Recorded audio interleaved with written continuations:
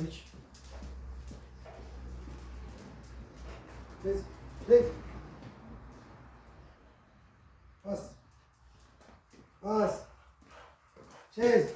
Culcat. Pas. Cezi. Așteaptă. Așteaptă.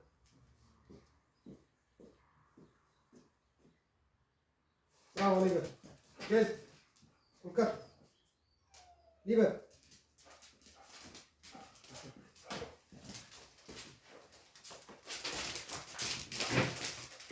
Vă salut, dragi prieteni, și bine ne-am regăsit la un nou videoclip.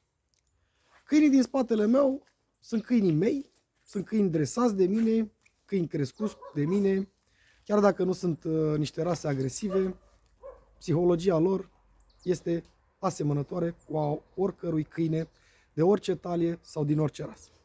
Filmez acest material aici pentru că în următoarele minute urmează să vă prezint niște informații foarte utile și vreau să știți și să mă credeți pe cuvânt că ceea ce vă spun eu este real. Pentru că, sincer, nu mai pot, simt că explodez. Vă rog frumos să urmăriți acest material până la final. Vă pierdeți 5 minute din viața dumneavoastră, dar acest material vă poate ajuta pe dumneavoastră, vă poate salva viața, să dea Dumnezeu să nu ajungeți acolo, vă poate salva viața unui prieten de-al dumneavoastră, unei cunoștințe, vă poate proteja copiii, este un lucru pe care trebuie să-l știți. Nu de curând am fost martorii unei tragedii în care o femeie a fost atacată de o haită de câini și rezultatul știți cu toții. Nu este prima oară când s-a întâmplat și nu se întâmplă numai în țara noastră, se întâmplă pe tot mapamond. Ei bine, de ce sunt revoltat și de ce sunt nervos? Pentru că sunt revoltat. Aseară, deși eu nu consum foarte multă informație din televizor, să spun așa, pentru că acolo ne învață foarte multe tâmpenii și aseară m-am convins din nou, am văzut un moderator care prezenta următoarele sfaturi. Dacă vă atacă un câine, loviți-l în ceafă, în nas, în gât. Sfaturi de la mari dresori de psihologie canine și așa mai departe. Măi, oameni buni, trebuie să știți un singur lucru. Lovitura aia care îi dai tu în nas, în ceafă sau în gât, s-ar putea să fie ultimul lucru pe care îl vei încerca să-l faci în momentul în care tu te întâlnești cu un câine pe stradă. Fie el, v-am spus, de orice talie, orice natură. Cu atât mai rău dacă este dintr-o specie agresivă, dacă este de un câine de talie mare și mai ales vrea să vă atace și așa mai departe. Am mai făcut un material de genul acesta, acum câțiva ani de zile, îl puteți urmări și pe acela pe canalul meu, pentru că ceea ce vă spun eu acum este real, este testat și vă poate ajuta într-un anumit moment, fără să mai lungim prea tare. Câinele se trage din lup, da? Deci de acolo vin câinii. Automat, de ce ați văzut sau de ce ați învățat la școală, câinii sunt sociabili. Adică ei sunt sociabili și cu noi, dar totodată sunt sociabili și între ei. Și acest aspect le conferă posibilitatea de a crea haite, de a copia oarecum comportamentul altor câini. Iar acest lucru duce uneori la atacuri.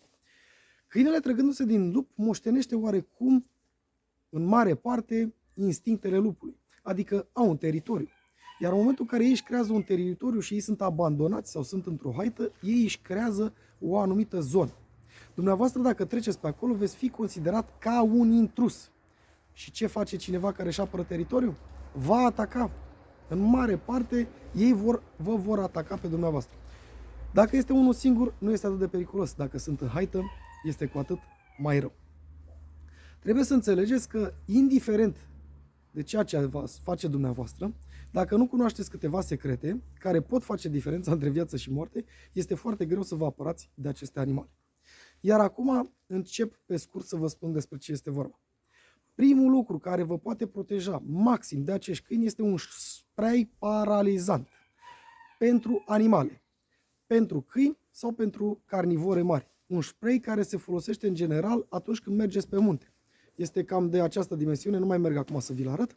Și pe acela ar fi bine să-l aveți în permanență cu dumneavoastră dacă alergați, dacă faceți drumeții, dacă mergeți oriunde. Fie că mergeți în oraș, fie că mergeți pe munte, fie că mergeți oriunde. Și pe munte vă puteți întâlni cu animale sălbatice, vă puteți întâlni cu câini de stână sau cu oameni care își plimbă câinii de talie agresivă pe acolo și vă pot ataca. Deci acela este primul lucru care vă poate proteja maxim.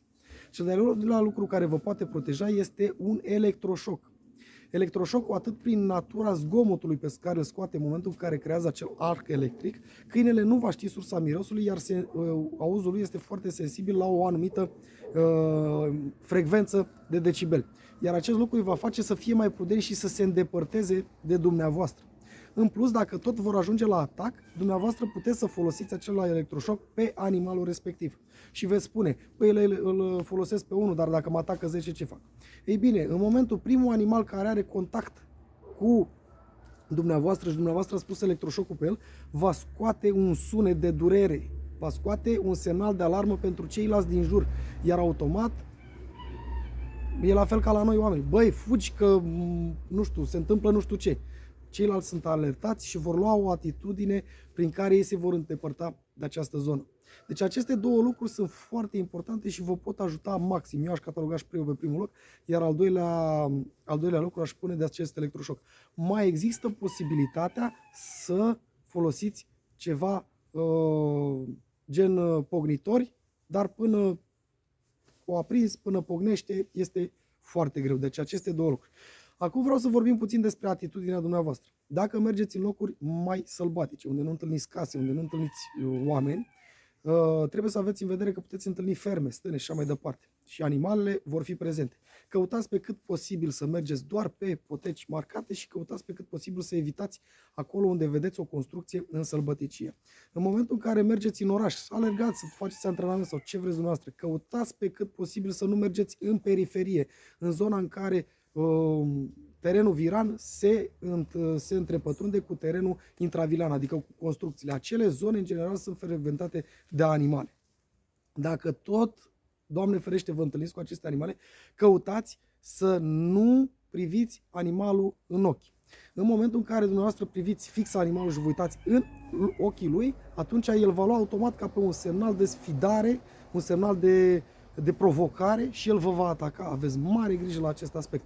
Căutați pe cât posibil, dacă vă retrageți sau vedeți un animal, să vă păstrați oarecum cumpătul, dacă aș putea spune așa, și să vă îndepărtați ușor cu fața spre animal, dar nu în mod direct, undeva într-o parte.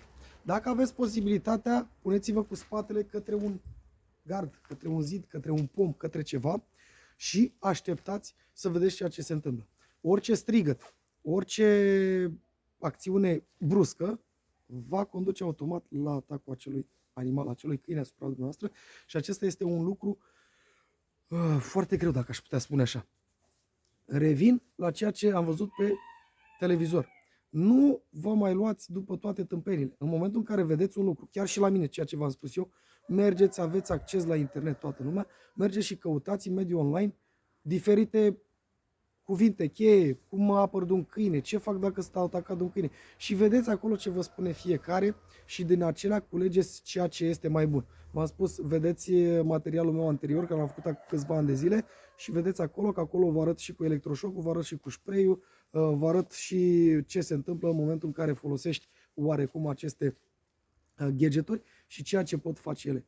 Dar cel mai important este să nu vă aventurați, să nu frecventați locurile în care există posibilitatea să se creeze aceste haite. V-am spus, diferența între mediile locuite și terenurile virane și spații în care există construcții în zonele mai sălbatice. De asemenea, foarte multe persoane, chiar cunoștințe de ale mele, am văzut că și-au luat câini agresivi acasă, pe care să-i crească drept câinilor de companie.